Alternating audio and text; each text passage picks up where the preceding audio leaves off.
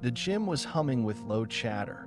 Hundreds of faces, expectant, excited, restless, turned toward the stage where the ceremony was about to begin. But all eyes didn't look ahead. A ripple of whispers spread like a wave. Is that Mark? Why is he in a wheelchair? Mark's hands tightened around the rims of his chair. The cold metal was familiar, grounding.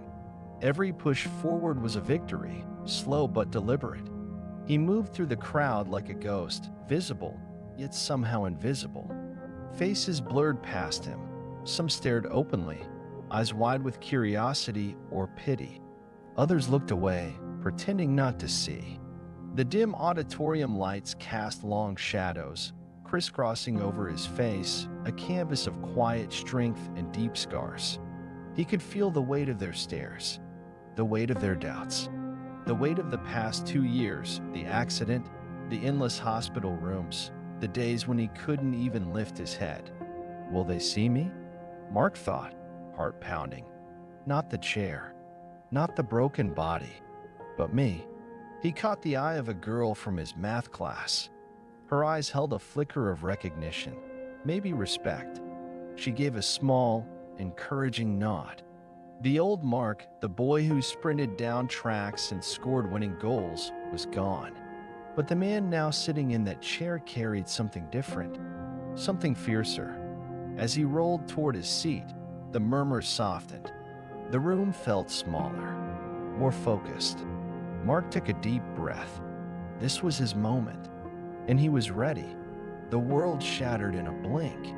Mark's mind raced back to that night, the screech of tires, the shattering glass, the sharp pain that stole his breath. The crash had been sudden, brutal. One moment he was running across the field, the wind in his hair. The next, he was falling into a silence darker than any night. He remembered the hospital lights, harsh, unforgiving. The sterile smell that clung to everything, machines beeping like a cruel metronome. His mother's face blurred in tears. "Stay with me, Mark," she whispered, clutching his hand so tightly her nails bit into his skin. The days crawled by in slow motion. Doctors spoke in words he barely understood: spinal injury, paralysis, rehabilitation.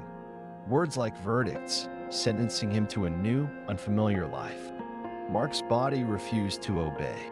He tried to lift a finger. Nothing. His legs gone. The athlete, the boy who ran faster than anyone, trapped in a body that betrayed him. He swallowed the despair, swallowing tears he didn't let fall. I was broken, he thought bitterly, but I wasn't finished. Pain became a constant companion, sharp and raw. Every morning, the struggle to stand on shaky crutches felt like climbing a mountain. Each faltering step was a battle against gravity, against his own fear. Friends stopped calling. The invitations faded. Smiles once warm turned distant. The boy they knew was gone, replaced by someone fragile, silent. One evening, alone in his room, Mark stared at his reflection. The chair beneath him wasn't just a seat, it was a cage. He clenched his fists, knuckles white. "I'm not done," he whispered, voice trembling. "Not yet." Months blurred into years of grueling therapy, sweat, frustration, breakthroughs. The wheelchair was no longer a symbol of defeat, but a throne of determination. Mark learned to fight, not just for movement, but for respect, for a future. He was a phoenix, rising slowly from the ashes of that night.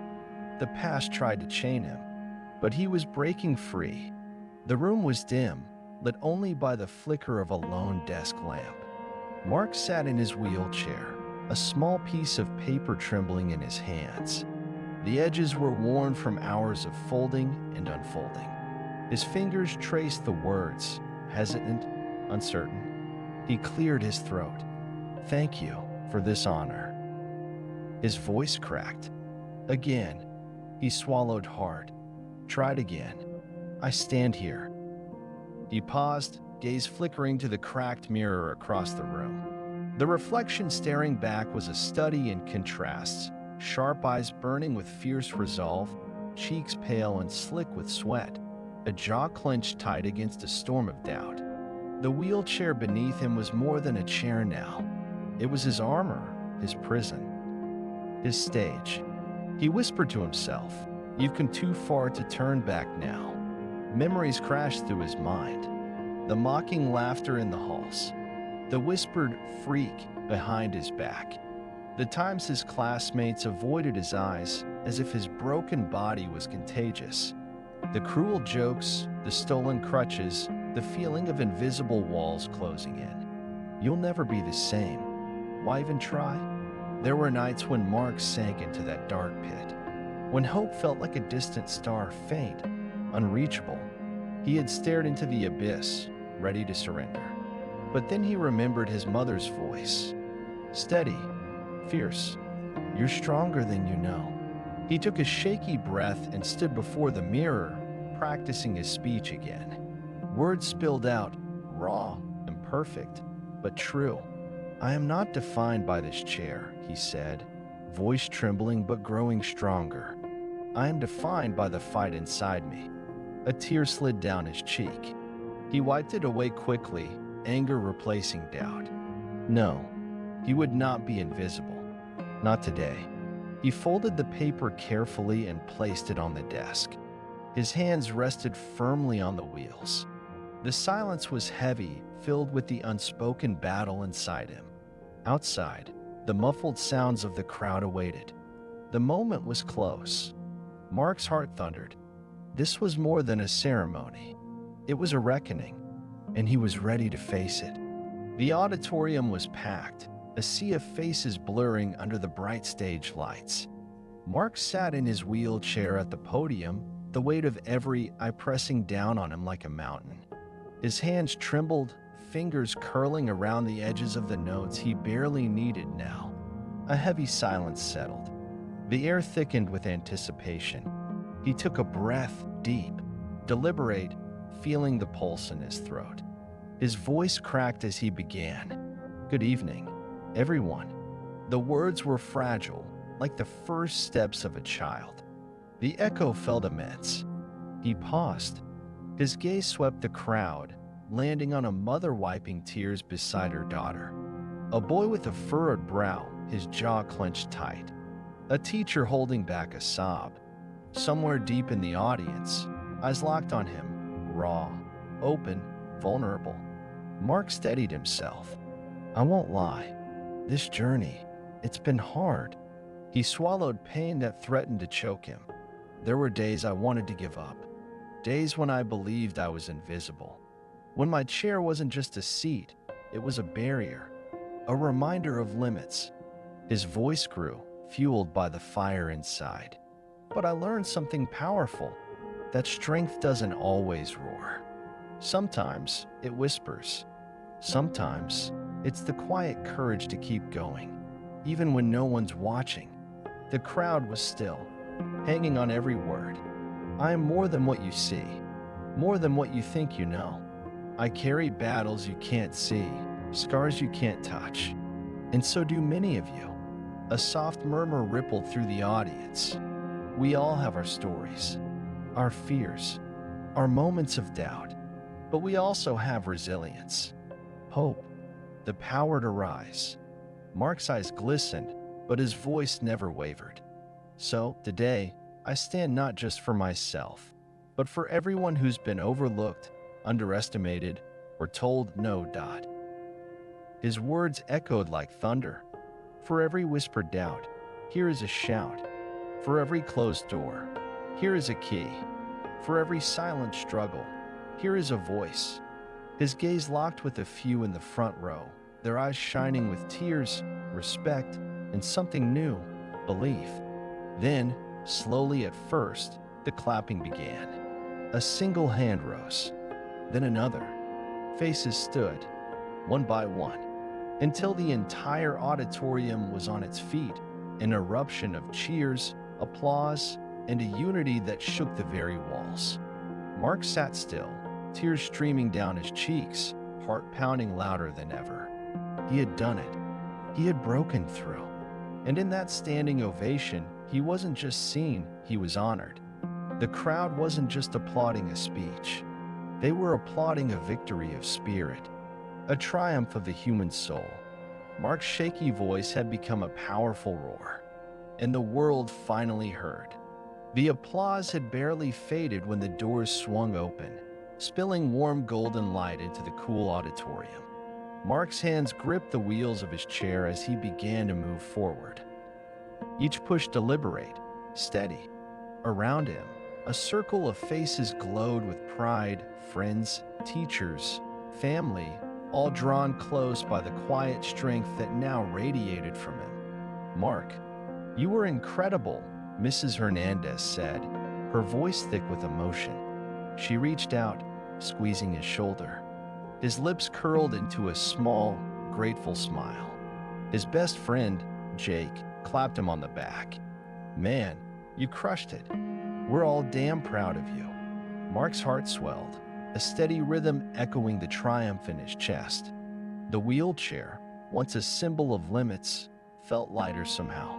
Not because of the chair itself, but because the man in it had shifted. He wasn't the boy who doubted, who hid behind fear. He was the man who faced the storm and stood tall in its eye. "Thank you," Mark said softly, his voice steady now, filled with a quiet fire. "I couldn't have done it without you all." Laughter bubbled up around him.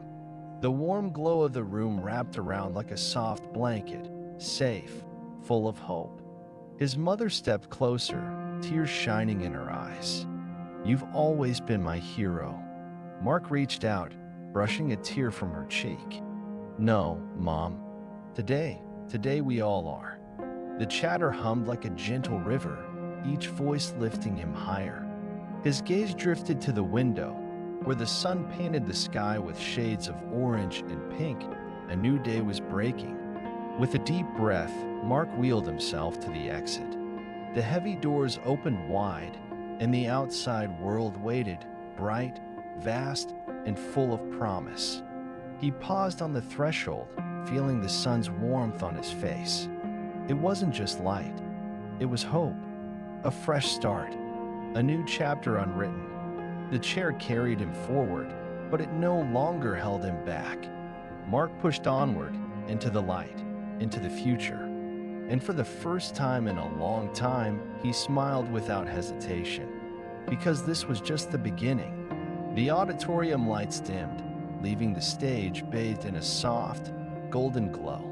Mark sat quietly in his wheelchair, the world still spinning around him, still adjusting to the new gravity he'd created. His breath was steady now, but the echo of the standing ovation lingered in his chest like a heartbeat. They had seen the wheelchair first. That was undeniable. A symbol of limitation, of something different, something at first glance fragile. But that was never the whole story. His fingers rested lightly on the wheels. A faint smile touched his lips. They stood for the man, he thought, not the chair. Behind the scenes, the murmurs began.